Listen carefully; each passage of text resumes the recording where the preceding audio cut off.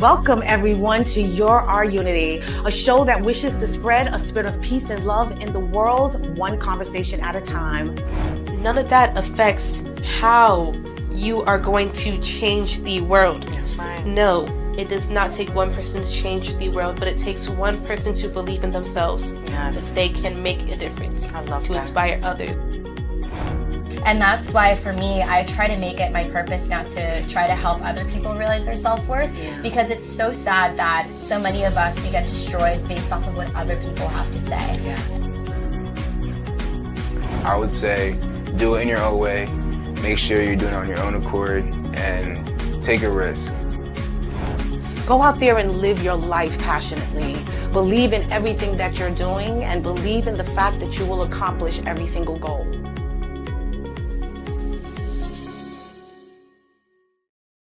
Welcome everyone to Y.O.U Unity, a show that wishes to spread a spirit of peace and love in the world, one conversation at a time. We want to encourage you to be a lifesaver. Register to become an organ donor, because with that, literally that selfish act, you will be a blessing to someone else's life. You will be able to enhance or save their life. I am your host, LaShawn Walker. I'd like to welcome you in. Please like, share, and follow. Let everyone know that we're on right now. How are you guys doing? I hope that you had a fabulous week, a week of pushing through the pain and the strains and all the things that we complain about, as our guest last week, Stacey Murphy, encouraged us to do. I have been pushing through some pain myself this week, which I'll talk to you all about when I bring on my guest. It is the last Tuesday of the month, so you know this is a special show that my co-host, the Reverend Casey Jones, actually features. So today, Tuesday, I would like to introduce you to this new segment.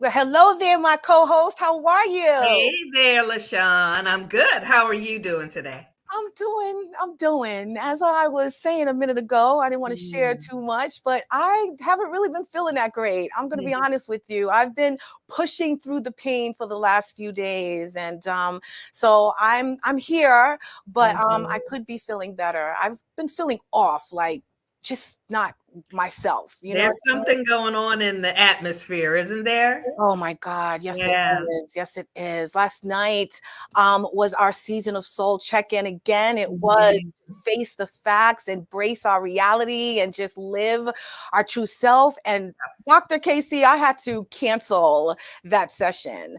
Just because I had to cancel it. A few people, they were coming on pretty late, but I really had to, take some time to figure out what was going on.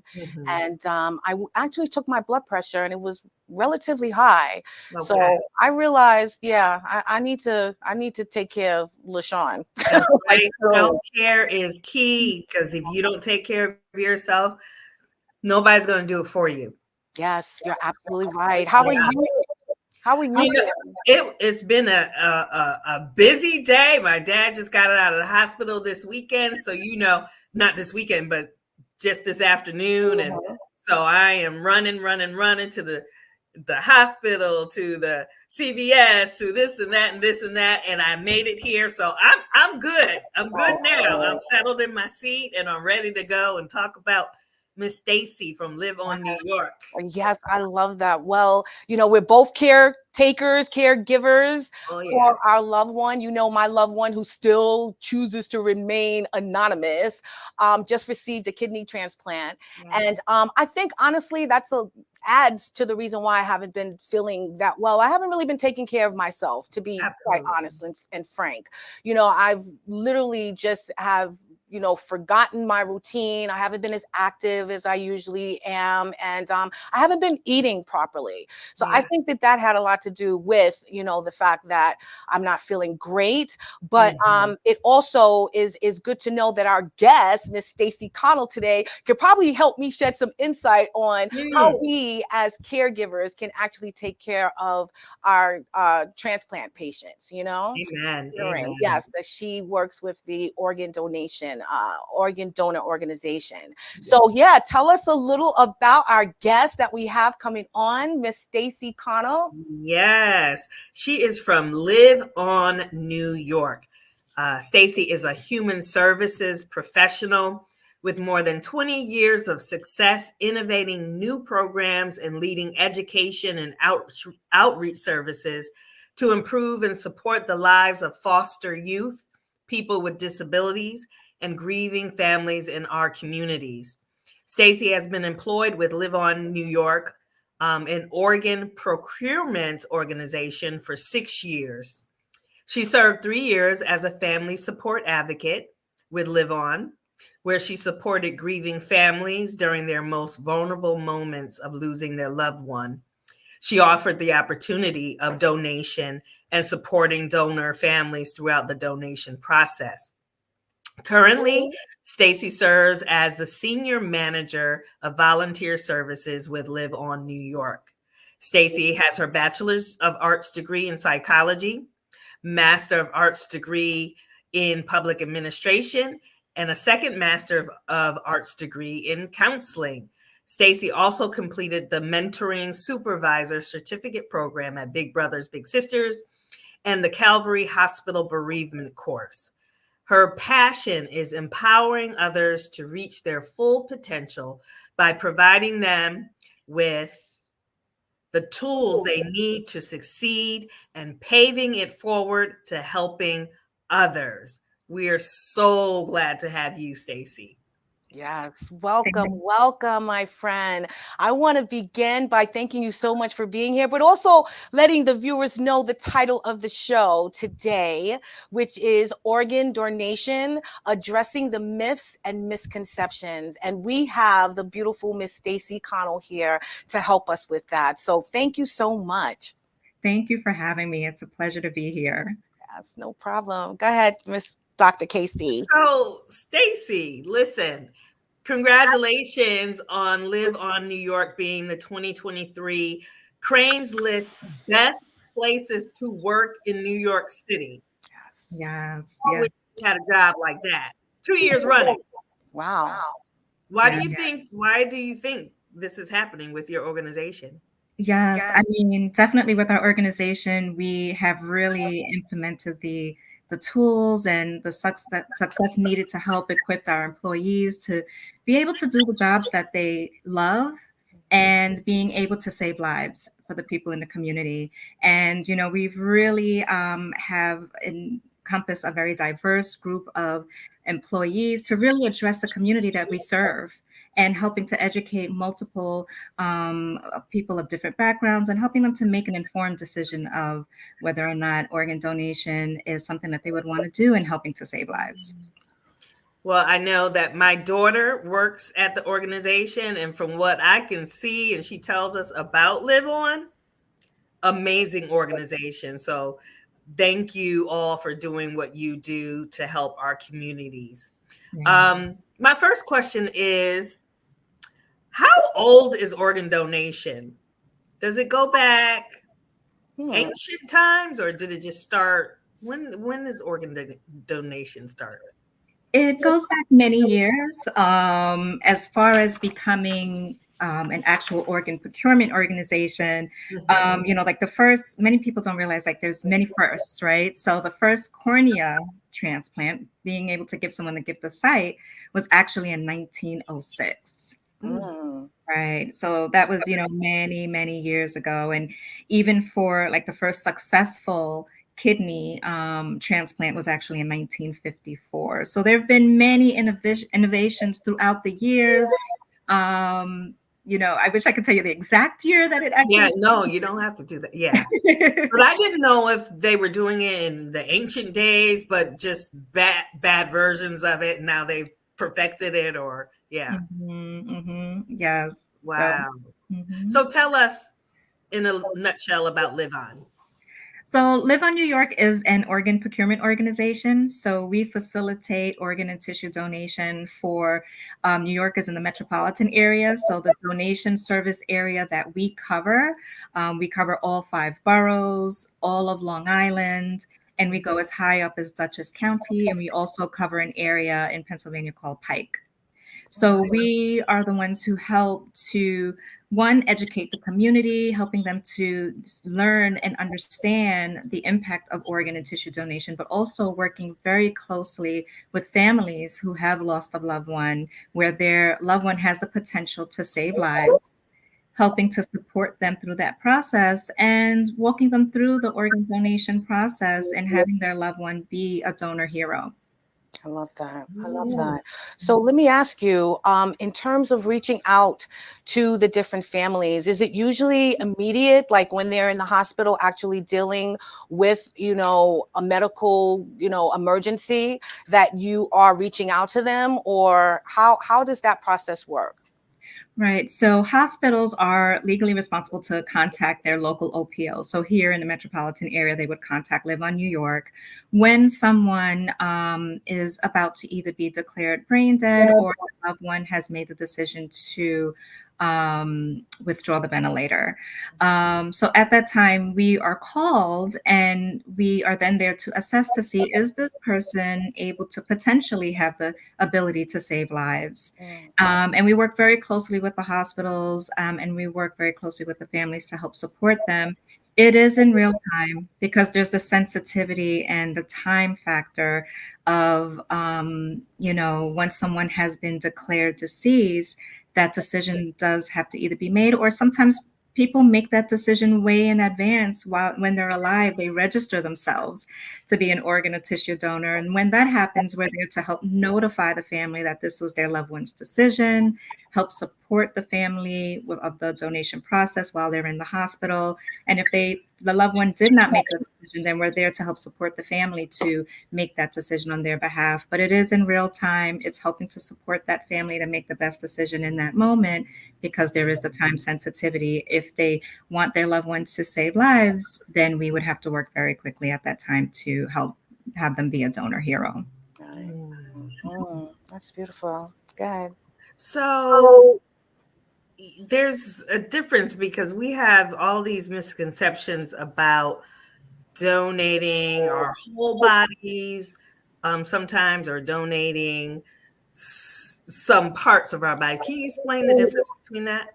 Yes. So when someone registers themselves to be an organ or tissue donor, such as like through the DMV, or they do it online or through the Apple app, and there's other ways that they can do so as well, they're actually registering themselves to be an organ donor to help save lives through organ or tissue donation.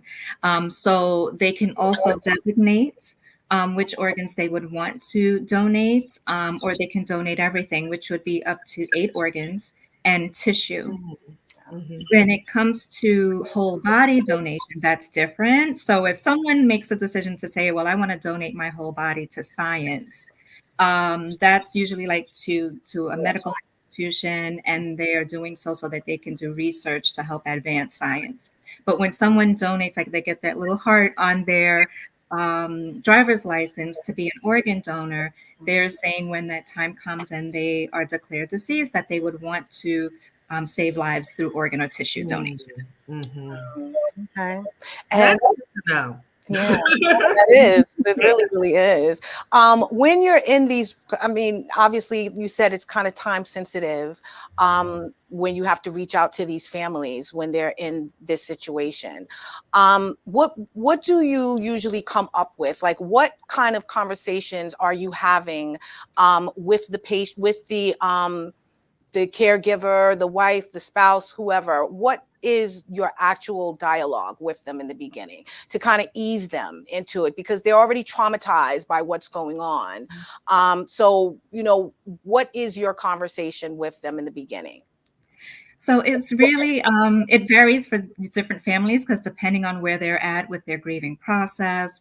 So it's really to assess to see their understanding of the situation. When someone loses someone, it's difficult. It's hard. Your mind is going in many, many directions. Sometimes, the medical staff is sharing information and it goes in one ear and comes out the other, right? Because you're dealing with the grief and it's so difficult.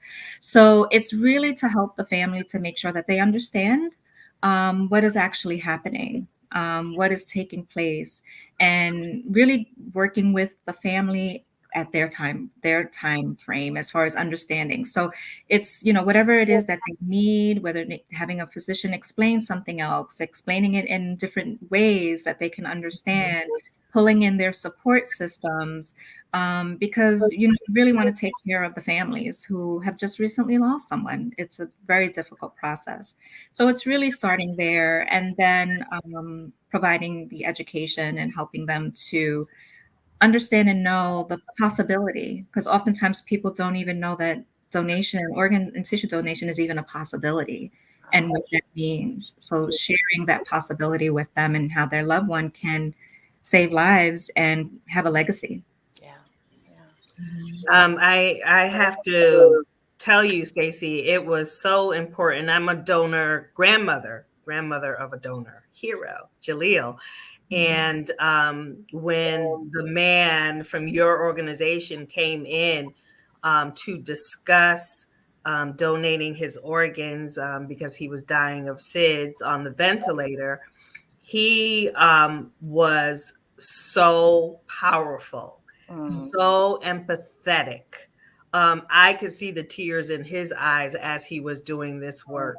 And it was such a powerful and spiritual. I mean, I remember every moment of it. It was so powerful. And of course, our daughter had to make the decision, but me being there and experience the power and the love that he had for the whole family was absolutely amazing. So thank you all for that. Right. Yeah. And thank you for sharing that, because it's, you really have to work with every family right there where they are and supporting them right there where they are. Yes. Yeah. So another question for you is, people have the misconception that if you're right on the edge of life and death in the hospital, that the doctor might push you over in order to get your organs for another. But tell us about that. Right. That is such a misconception. And it's really the most common one that we tend to hear from the community. And oftentimes people don't realize that, the medical staff and the organ procurement organization are two different organizations, two different entities. So it's the medical staff. They are there to help save lives, do everything possible to save that patient. Organ donation does not get involved until that patient is about to be declared deceased. So they are doing everything possible to save that patient's life. And it isn't until when all has been exhausted and now that it's deemed that this patient is going to be declared deceased, that we are then contacted to then provide this opportunity that the donor has the potential to save lives. So it's really two completely different entities. Oftentimes people also don't realize that in order for someone to be an organ donor, they have to be on a ventilator. And in order for them to be on a ventilator, that means everything is being done to save their life. Well, right? Because why would you put someone on a ventilator if you don't want, to save their life? Everything is being exhausted. It's only when it's deemed that that patient is going to be declared that organ donation becomes an option. Wow. Wow. That's so There's good. there's so many different myths as well as the one that Dr. Casey mentioned. I've also heard that rich and famous get priority over, the average person, or the organs are sold on the black market, which I'm sure, a lot of people take seriously. So how do you debunk those myths? What are you guys doing to debunk those? Right. So education is just really key, right? If people have, the more information that people have, the better. And the earlier that they have it, the better, right? Because as I was talking about earlier, when someone loses someone in the midst of that, it's just so much happening, such a whirlwind dealing with the trauma that you're now then having to hear and learn about organ donation. And again, we're there to help support families to get that information. But the earlier we can do it, the better in providing information. So platforms like this, educating people, giving them the information, allowing them to answer any questions and going over the myths and misconceptions help, because it also helps them to make an informed decision versus making a decision based on false information. And as far as like anyone, being rich and famous, only they can get organ transplants is so false. It's really based on who is in need and who is the sickest, and getting that transplant that they need to have that life-saving organ. Everything is regulated, and even many people oftentimes, like, people don't realize there are a lot of African Americans, Hispanic, and Pacific Islanders are 3 times more likely to need a transplant than anyone else. And in our donation service area, in the metropolitan area, the amount of donors are match the amount of people who are receiving in different multicultural basis. So the diversity matches, and it is actually equal. But people don't realize that. So again, it's not based on your income status or anything like that. What it's based on is the match, meaning your blood type, Okay. the size of the organ, physical proximity of where you become that donor. So these are the things that are looked at in order to make a match, the best possible match for that transplant recipient. Stacy, do you have to be the same sex or the same racial? I mean, you listed blood type, so forth and so on, but there's no other.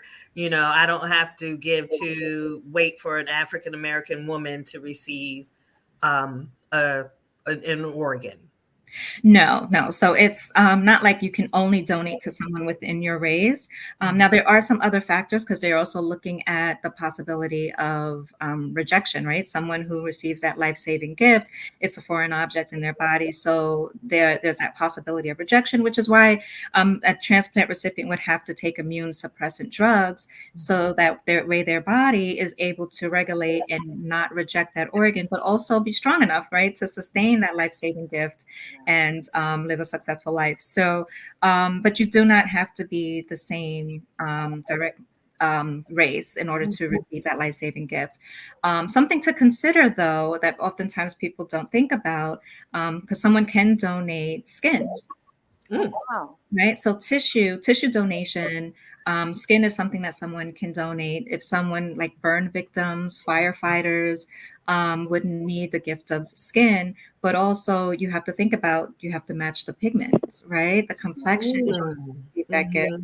So that is oftentimes, and something where a match would have to be based on the skin color. But other than that, no. That's so interesting. Right. We often don't think about, Yeah. wait, if I'm an African American person and I need skin donation, skin grafts, then what? Yeah. Wow. Let me ask you, you work with donors as well as donor families, right? Who actually receive the transplant, correct? So we are the organ procurement organization. So we work directly with the donor families and also the donors when giving that gift. But we work very closely with the transplant centers who are, working with transplanting their organs to an actual recipient. So when because my husband, as I mentioned earlier, had just recently received a kidney transplant. He's been on the list for years. He actually had one in 2019, and I just said who it was after I said he was supposed to remain anonymous. Nobody heard that, right? Exactly. God bless him. But, so yeah, so in 2019 he also had one, and unfortunately, it was not viable. So he was on the list. So my question is, like, are your organization tapped into, like, I guess the bigger list, or how can I say, a bigger list that all the medical hospitals have, that for people who need kidneys or organs? Are you tapped into that particular network, or how does that work? Or do you just have your list of people who need, organs, and then you choose from that list? So Go ahead. the organization that actually manages the transplant waiting list is called UNOS, which is the United Network for Organ Sharing. So they are the organization that actually manages the waiting list. Okay. So when we're working with a donor, and looking to see who is a match, we would contact UNOS to see who's a match based on the list that is generated by UNOS. Okay. All right. That's interesting. That's interesting. Okay. It really is. Yeah. So there's living donors, and then there are deceased donors. So those who are living would give like an organ that they have two of, maybe a kidney. So, right, correct. So as a living donor, right, that's someone who's alive and well, and they want to assess to see, like, if they're able to give a life-saving gift to someone, or sometimes it could be someone they know, or some people altruistically just say, you know what, I want to see if I'm a match with someone and donate an organ. As a living donor, you can donate one kidney or half of your liver. Oh, wow. Because the liver is the one organ that can regenerate itself. Right. I have a good friend who donated a piece of her liver. First, she received a kidney transplant, and then she donated a portion of her liver to her daughter. So she was a double recipient, or a recipient and a donor. Right. Yeah. That's and they're both doing really, really well. That is beautiful. You guys your organization works with living donors as well? We don't do the living donation because actually that's through the transplant center. Okay. They work with living donation, but we work primarily with deceased donation. Okay. And so a lot of times, oftentimes people don't realize how much a deceased donor can actually save lives. So one person can actually save up to 8 lives. Wow. Through organ donation. And the organs are the 2 kidneys, 2 lungs, liver, heart, pancreas, and kidney. Wow. And then through deceased donation, you can also donate tissue, which are things like heart valves, skin, also tendons, things of that nature, veins, and bone. Wow. Wow. I heard that eyes too. You can transplant eyes. Yeah. Correct. Eyes, getting the gift of sight. Yeah. Isn't that amazing? It is. Yeah. Let me ask you this question. I mean, considering, that it's a blessing for someone to register to become an organ donor to save someone's life. How easy is it for you, or to convince someone to do that? I mean, and is it a disparagement in certain, demographics that they choose not to want to donate because of the myths that they've heard? Tell us a little about that. Right. So again, I mean, it varies with different people, but there are sometimes, in working with families, sometimes people see donation as the one positive thing in the midst of a tragedy. So it's like to know, I've met with some families where they're like, to know that their loved one can actually help save someone else. They're excited to be able to do that. It's the one time that they're able to smile in that moment. So there are some families who understand it, want to be able to help others and have their loved one have a legacy in doing that. And there are some people who, again, going back to, there's some myths and misconceptions, not really understanding what it all means. And it's really just helping to educate them in that moment to help them to make the best decision as possible to help others. So oftentimes too, I've heard many donor families say that knowing that their loved one was a donor hero and gave the gift of life, it helped them with their grieving process. That knowing that their loved one lives on in someone else helps them. Knowing that to hear, getting update, or sometimes they're able to meet the recipient, right? Donor families are able to meet the recipient and learn that they were able to give birth to someone else. I know someone who's 25 years post-transplant and was able to live to see her grandchildren. Wow. Beautiful. Wow. That wouldn't have happened if someone didn't save her life. So there are many people who understanding that really want to be able to help others. And then sometimes it's really helping to educate people in that moment. And knowing what the possibility is, because again, it's not oftentimes not even a thought in that moment. Right. Yeah, that's my point. It's not a thought. Like a lot of my friends are, and myself as well, which, after the show and the fact that now that I done said it, my husband had a kidney transplant, I feel inspired to do that because I think it is so courageous for someone, and he had a live donor. And it's so courageous to me, that someone is willing to give a part of themselves, whether they're alive or dead, so someone else's life can be prolonged. So I think that is truly a blessing. So, how do we encourage, just our family, our friends, our loved ones in the community to want to become donors?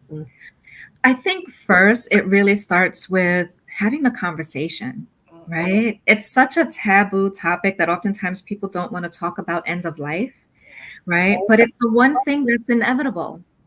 It's the one thing, no matter what, that will happen. And, I oftentimes tell people, by registering yourself to be an organ or tissue donor, it's a gift that you're giving your family, because it's one less decision that they have to make in the midst of trauma.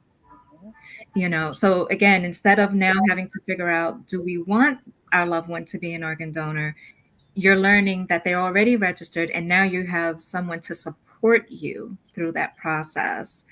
So it really is a gift to register yourself, and having the conversations with your family, talking about it, asking questions, answering questions, having your loved one know what your decision is, because again, it's your loved one that's going to be in the hospital, right? To get that information. Oftentimes people register and don't share their decision with their loved one. So That's people true. are like, yes. And then people are like, what? They did what? I didn't know that. And there's an argument in the hospital. They're holding on to the person instead of realizing the gift that the person in their passing could give, So I totally get that. Yeah, definitely having those conversations, definitely getting the information and learning what you're saying yes to and what you want your family to know about. And just knowing that it's a lifelong legacy that actually transcends generations. Absolutely. Right? Absolutely. Yeah. Let's talk a little bit about religion. When I was pastoring a church and all of this happened with Jaleel, and then Katrina got really involved in Live On. So I started asking some of my parishioners about organ donation, and they had so many misconceptions.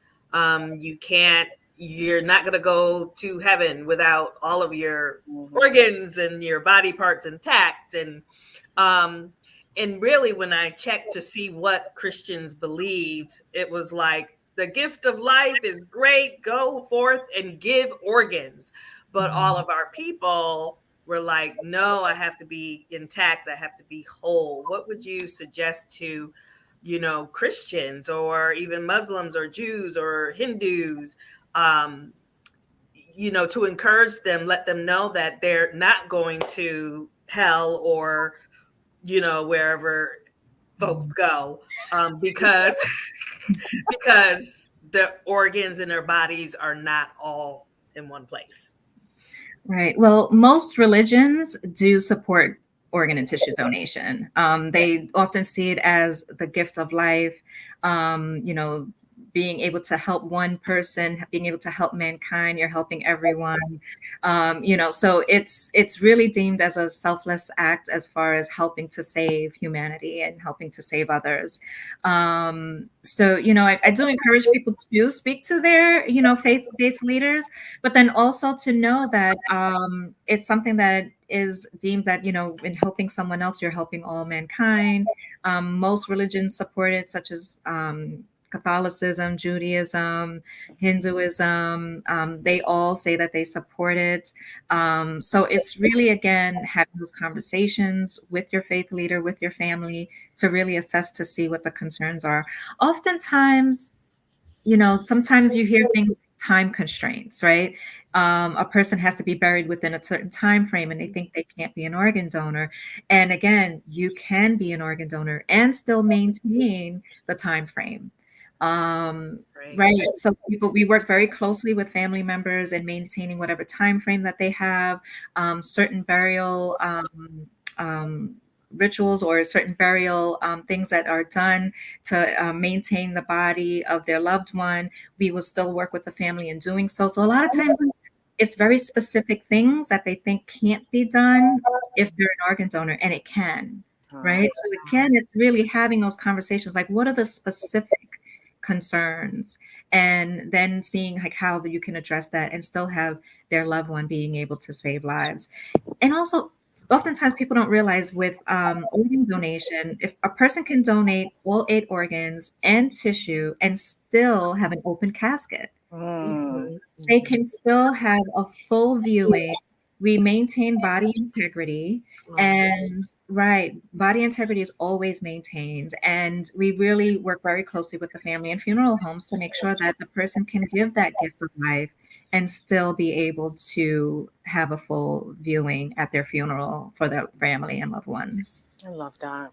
Do the organ donor families, do you maintain a relationship with them? Do they come for counseling? Are there any tools that or resources that you guys provide them? Because as I mentioned earlier in the show, I'm also the caregiver, caretaker, and I need help. You know, I'm not doing good, and I would like, you know, some type of service or an outlet or someone that I could speak to, you know, in regard to what we're also as the people that are caring for our transplant patient.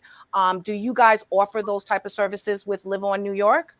So good question. And I'll kind of explain it in 2 parts because with Live On New York, we do provide ongoing therapeutic services for donor families.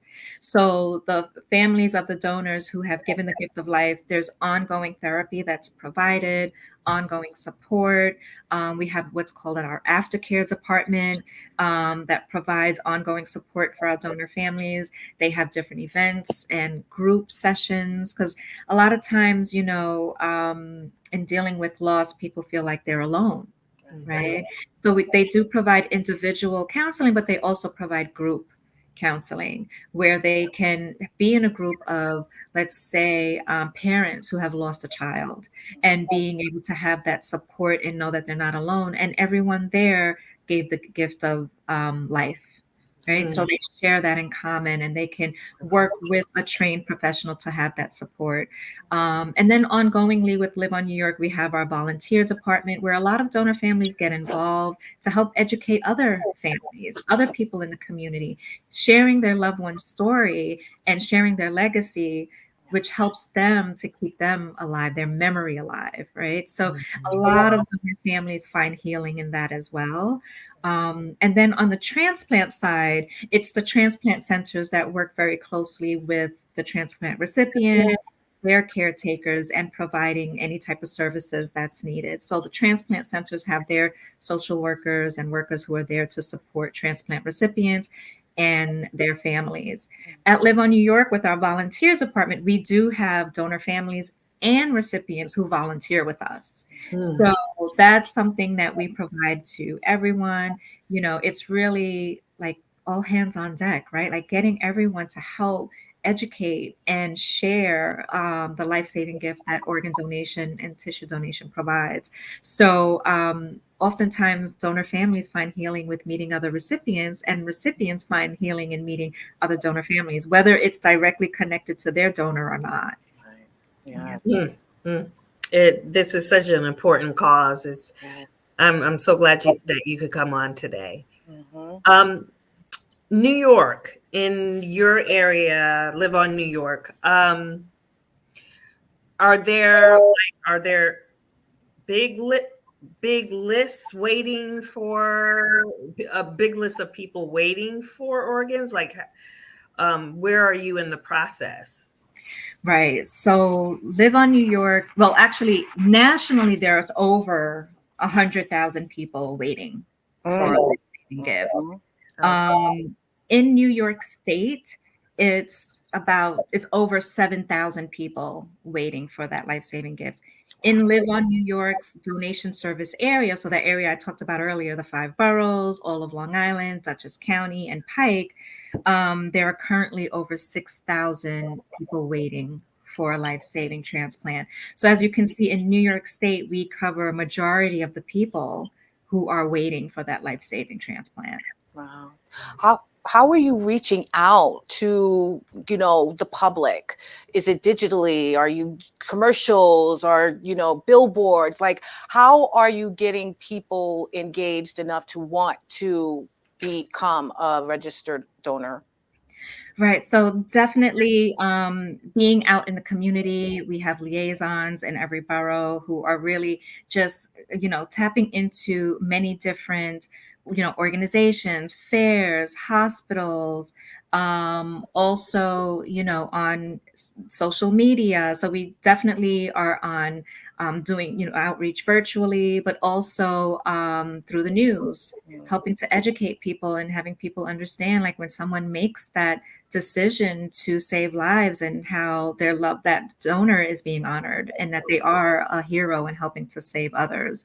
Newspapers, just really as much as possible getting the word out, and word of mouth, people sharing their stories, volunteers sharing their stories, getting information out, educating others, having those one-on-one conversations, which are so important. I remember training someone to be a volunteer, and she called me the next day so excited, and she was like, I spoke to my coworker about all the stuff that I learned, and she wants to register. And I'm like, great. You can register. But that was based on one conversation. Every single person can make a difference in helping someone else to learn about the importance of saving lives. Yeah. It is important. Yeah. It looks like Mayor Eric Adams is totally behind you guys, and also advocating for donors as well. Yes. And we work with a lot of our local legislators and in the community, and just really helping to educate and, just getting out there to the community. So really, it's really just as much as possible, just getting the information out there. Wow. Well, you said 7,000 so far on your list, the areas that you control, correct? 7,000? You said there's 7,000 people on the list that you are in control of, that you're responsible for in the tri-state area and impact, right?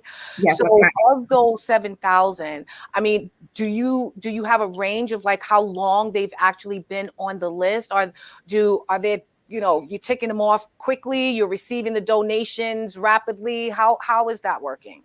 So it varies, right? So, there are some people who wait a long time for a life-saving gift.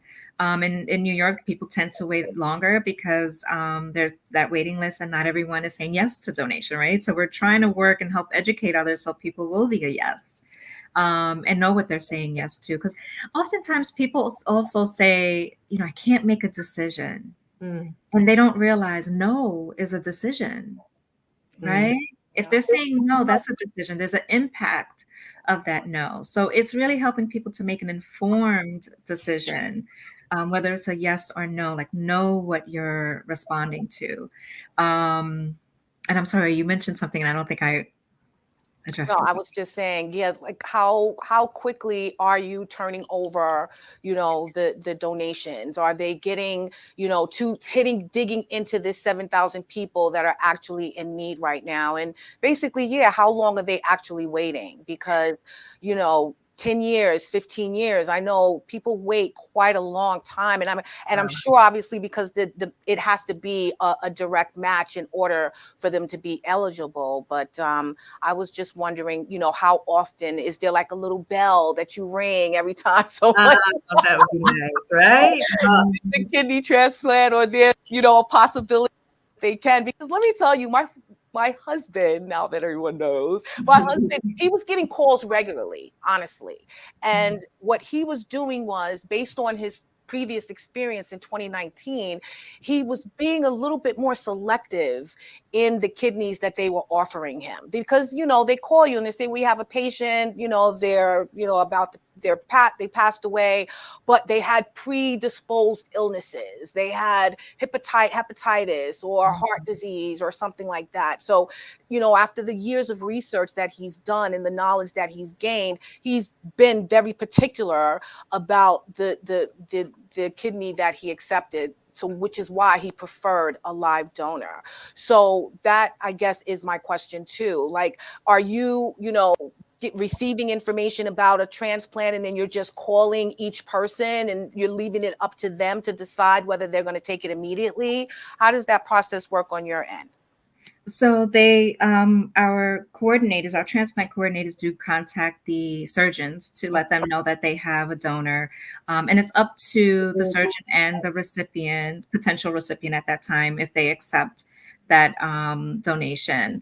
There are many advances in science. So, like, it used to be that someone with Hep C can only donate to someone else with Hep C. But now someone with Hep C can donate to someone who does not have Hep C, because they can then get treated for the Hep C and then test negative, right? So there are many, many advances, but again, it's up to the surgeon and the recipient if they accept or not. But they're given whatever information that they would need to make that decision. I'm curious, what do doctors and nurses think about organ donation? Are they immediately on board, or do you have to convince them? How does that work? So, with working with our medical staff, we work very closely with them. So it's, a lot of education with them as well, right? Because they're right there in the midst of everything. And in as much as, yes, the donor is at the hospital, but it's Live on New York who's facilitating the process. So we're there, our workers are there to help support all of the nursing staff and all of the staff at the hospital as far as what the process is. So again, it's a lot of education. We have staff at Live on New York who provides ongoing education with our hospital staff, whether during having a donor at their hospital or not. It may be times where they don't have a donor there specifically, but we have our staff there to do the education and answer any questions that they have, and working very closely with what that process is. Because not everyone knows or understands that process, but we want to make sure that they're well versed in understanding what it is throughout the year. Wow. That's amazing. Mm-hmm. Such an amazing organization you all have. Yes. Yeah. Thank you for what you do. Oh, thank you. And thank you for having me and really educating the public about this life-saving gift. And it's really a gift for the recipient, but it's also a gift for the donor family, right? Because it's having their loved one have a legacy to live on. Yeah. To live on. Oh my God, that's wonderful. Do a lot of relations, I'm sorry, Dr. Casey, do a lot of relationships form, through this process with the donor family as well as the recipient? Do you find lifelong relationships that have been established because of that connection? Some people do, and then some don't, right? Some choose not to meet. Some donor families choose not to meet their donors, their loved ones, recipients, and vice versa. Just depends on their if they're ready, if they feel ready at that time. But those who have, some of them have developed long lasting relationships. As a senior manager of the volunteer program, we have a few people who have met their recipients, donor families who've met their recipients, and every year they get together to celebrate their life, their transplant anniversary, and also to celebrate and honor their donor. So there are those very strong connections. We have some who share their stories together and helping to educate the community. And then, there are some people who just aren't ready. They do volunteer, but they're not ready to meet their loved ones, recipients, but they meet other volunteers who are recipients. And again, they find a lot of comfort in that. So in order for that meeting to happen, both parties have to be ready, right, at the same time, because they do respect the privacy and where they're at in their grieving process, but also for the recipient, right? Just they're going through their journey and it's a process, and being able to respect the recipient's process as well. So I get that. yeah. So for those folks who are in different states, do you have affiliates in different states, or do they just go to the search engine and type in, I want to be an organ donor? So as far as different states, every state pretty much has their own organ procurement organization. We say OPO for short.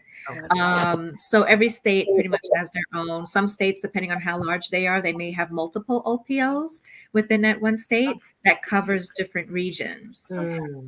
So if someone lives, let's say, just to throw out a state like Virginia, then they have their OPO that they can connect with there. Okay. It's good to know. So it has to be really local then. Let's say I'm in Long Island, and then there's a transplant available in Pike in Pennsylvania. Is that Pennsylvania? Yes. Pike is in Pennsylvania. Will I still be eligible for that, or I would have to just wait for one that's available within my area? Oh, I see what you're saying. So as far as donors, a person can, let's say, live in New York and have their donor come from Connecticut. Okay. Or out of state. That can happen. Okay. Because it's really based on match and proximity, right? So being able to get that organ to whatever state within the time frame that is able to maintain its viability. So that is key. So a person can receive a life-saving gift from someone who's a donor in a different state. Yes, that can happen. So that's so funny, because I'm just getting procurement. Do you all actually send people to go and pick up the organs from the hospital? Is that what we see on TV when they have the box and they take it to the next hospital? Is that you all too? Right. Yes. So, well, it's the transplant surgeon who is going to where the donor is to do the recovery, and then they take the organ to where the recipient is to do the transplant. Oh my goodness! Your organization must be really large. Yes. I'm thinking it's kind of a small, but you have all these different tentacles out there. Right. And we work very closely with the transplant centers. So, with the transplant surgeons and doing the recovery where the donor is, and then being able to get that life-saving organ to the recipient. That's fascinating. How long do you work with the family? I mean, I know you said that you provide services for them and they can volunteer and you have events and things of that nature. But how long after, the process, the transplant process is over, do you still connect and keep in touch with the client? It is lifelong. It's ongoing. So it never ends. It's because grief, it's like a wave, right? Sometimes some people struggle in the beginning. Sometimes, they're okay after maybe, let's say, 5 years. And then there's a trigger 10 years later. You just never know how that can impact a family. So our services are there as long as the donor families are in need of any type of support.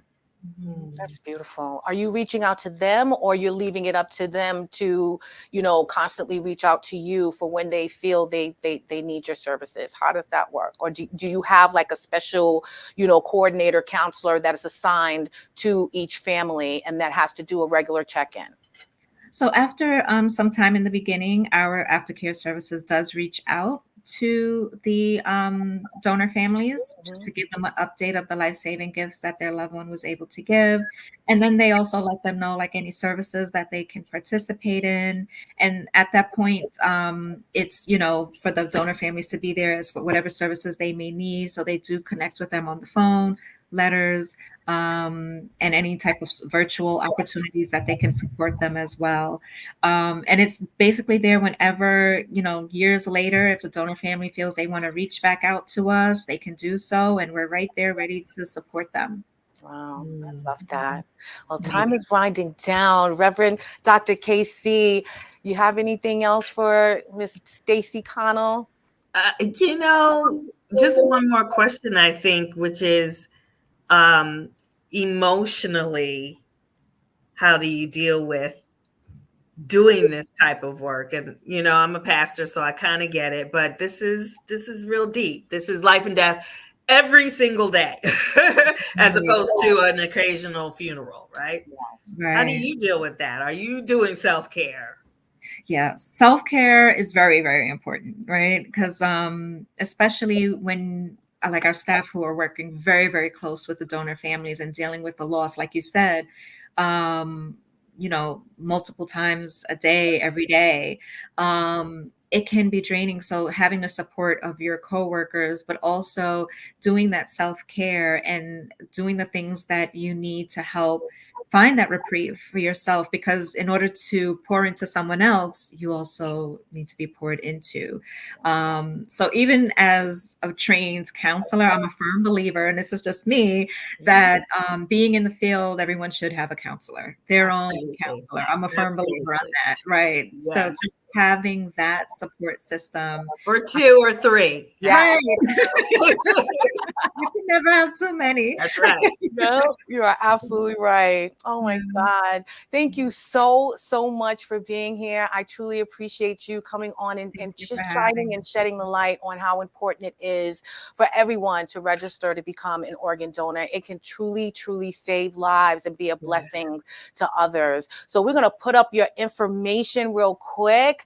And that is for Dr. KC. I'm looking for, yes, thank you, Stacy Connell. And she is at Live On New York. You can reach out and look for her on the website there.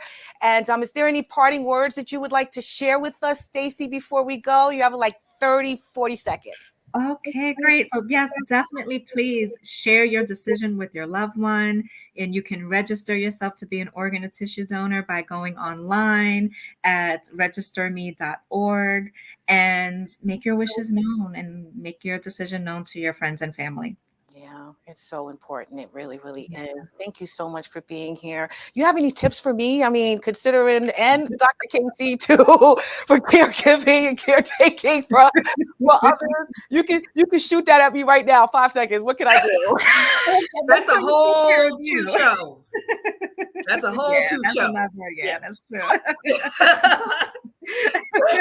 I am so serious. I love it. I'm not complaining about it, but yeah, it is a lot. So like you mentioned, self-care is so important and we all must get out there and do it. But most importantly, please consider becoming a registered donor today. It is so important that we just be lifesavers to someone else in this world.